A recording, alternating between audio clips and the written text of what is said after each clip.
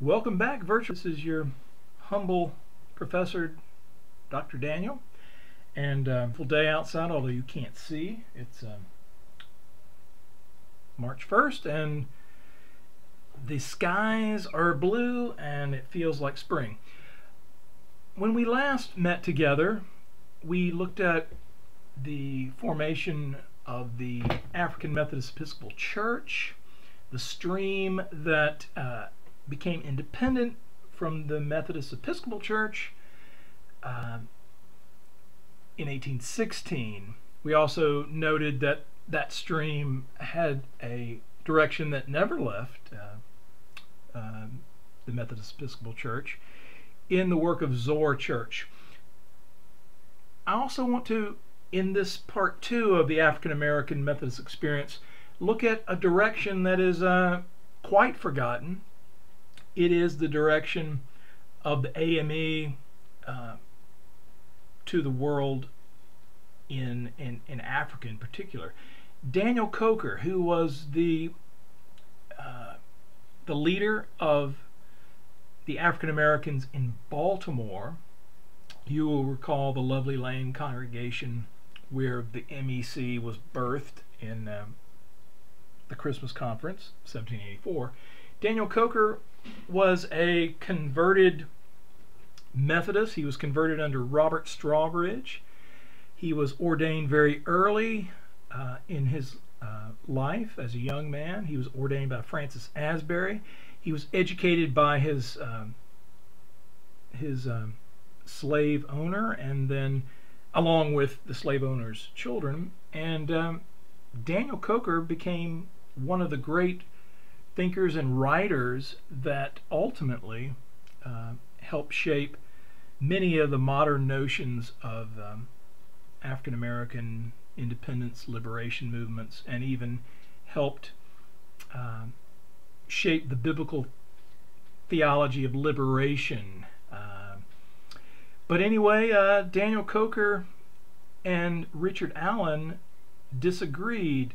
At a certain point, Daniel Coker led his group out from the Lovely Lane Church and came under Richard Allen's episcopal authority, and then they began to talk about the future for African Americans. Daniel Coker began to argue, along with other leading African American freedmen, that the best future for African Americans was back to Africa, in fact, through the American Colonization Society, the ACS. Richard Allen said, no, we've lived, and some of us have fought in the Revolution. African Americans' future is in America, less in Africa. Coker and he ultimately disagreed. Daniel Coker wrote many articles advocating the liberation and anti-slavery message of Wesley. And then ultimately Coker decided that a future for he and the AME Church was back to Africa. And so Sierra Leone, which was a British colony set up for freed slaves, and Liberia, which was the American Colonization Society's colony for freed slaves in Africa. Coker in 1820 took parts of the AME that he led back to Liberia and Sierra Leone. So the AME is actually one of the earliest American missionary movements in West Africa. And today the AME is there because the descendants and the work of Daniel Coker. Very important work there. So the AME was a powerful missionary movement. It was powerful both domestically and abroad. And we've already talked about Morris Brown and his work in spreading the AME. The AME was moved with the Northern Army into the south and to the west.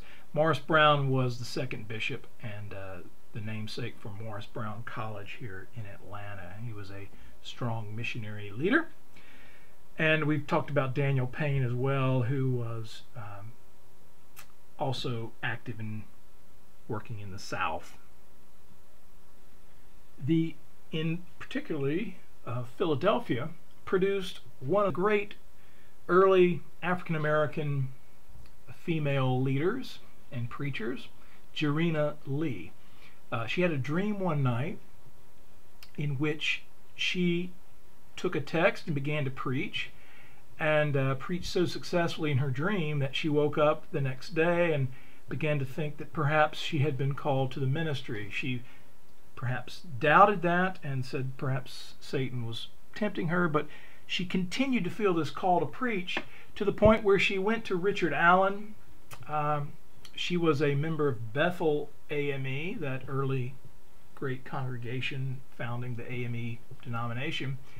And she went to Richard Allen, and he rejected her request to begin to preach. He said, "Our discipline, based on the Methodist Episcopal Church discipline, does not allow women to preach."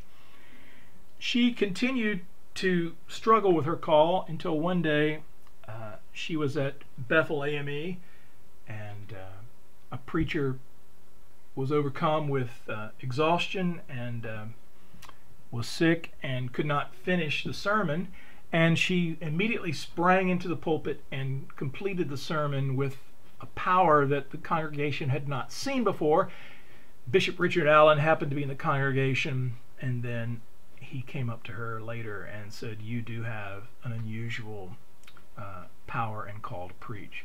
So she became a female preacher and is probably one of the first African American women to actually publish a biography in America. Jarena Lee's biography, her autobiography, is a powerful statement of a call that extends beyond gender lines, and the AME has always promoted the power of the call to preach among women.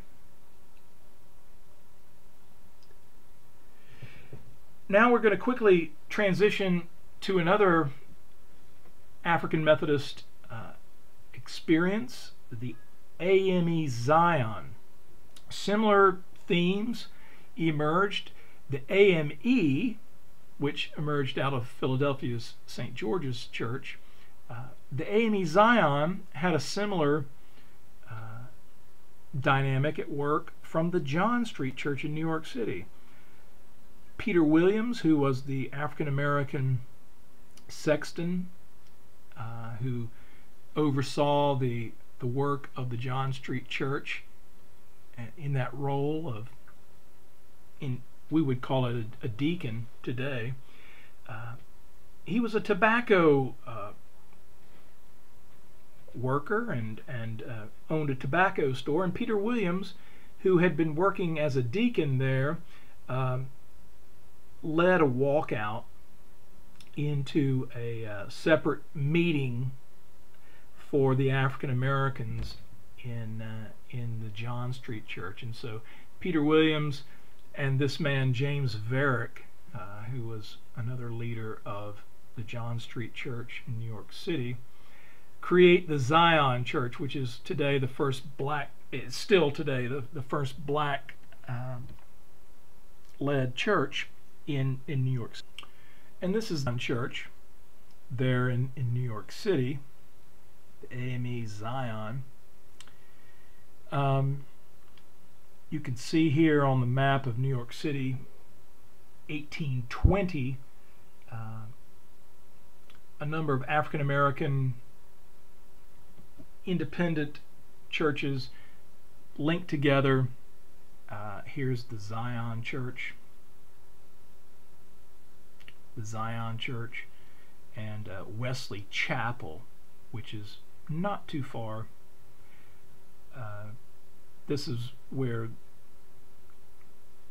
John Street emerged from the John Street congregation, and then the Zion Church which is today at 146th West 137th Street. So you can see 146 West 137th Street. Sorry, my New York geography is not very good. But the AME Zion were a network originally formed in 1820 of 6 churches that were African American, along with churches in Long Island, Philadelphia, Newark, New Jersey, and New Haven.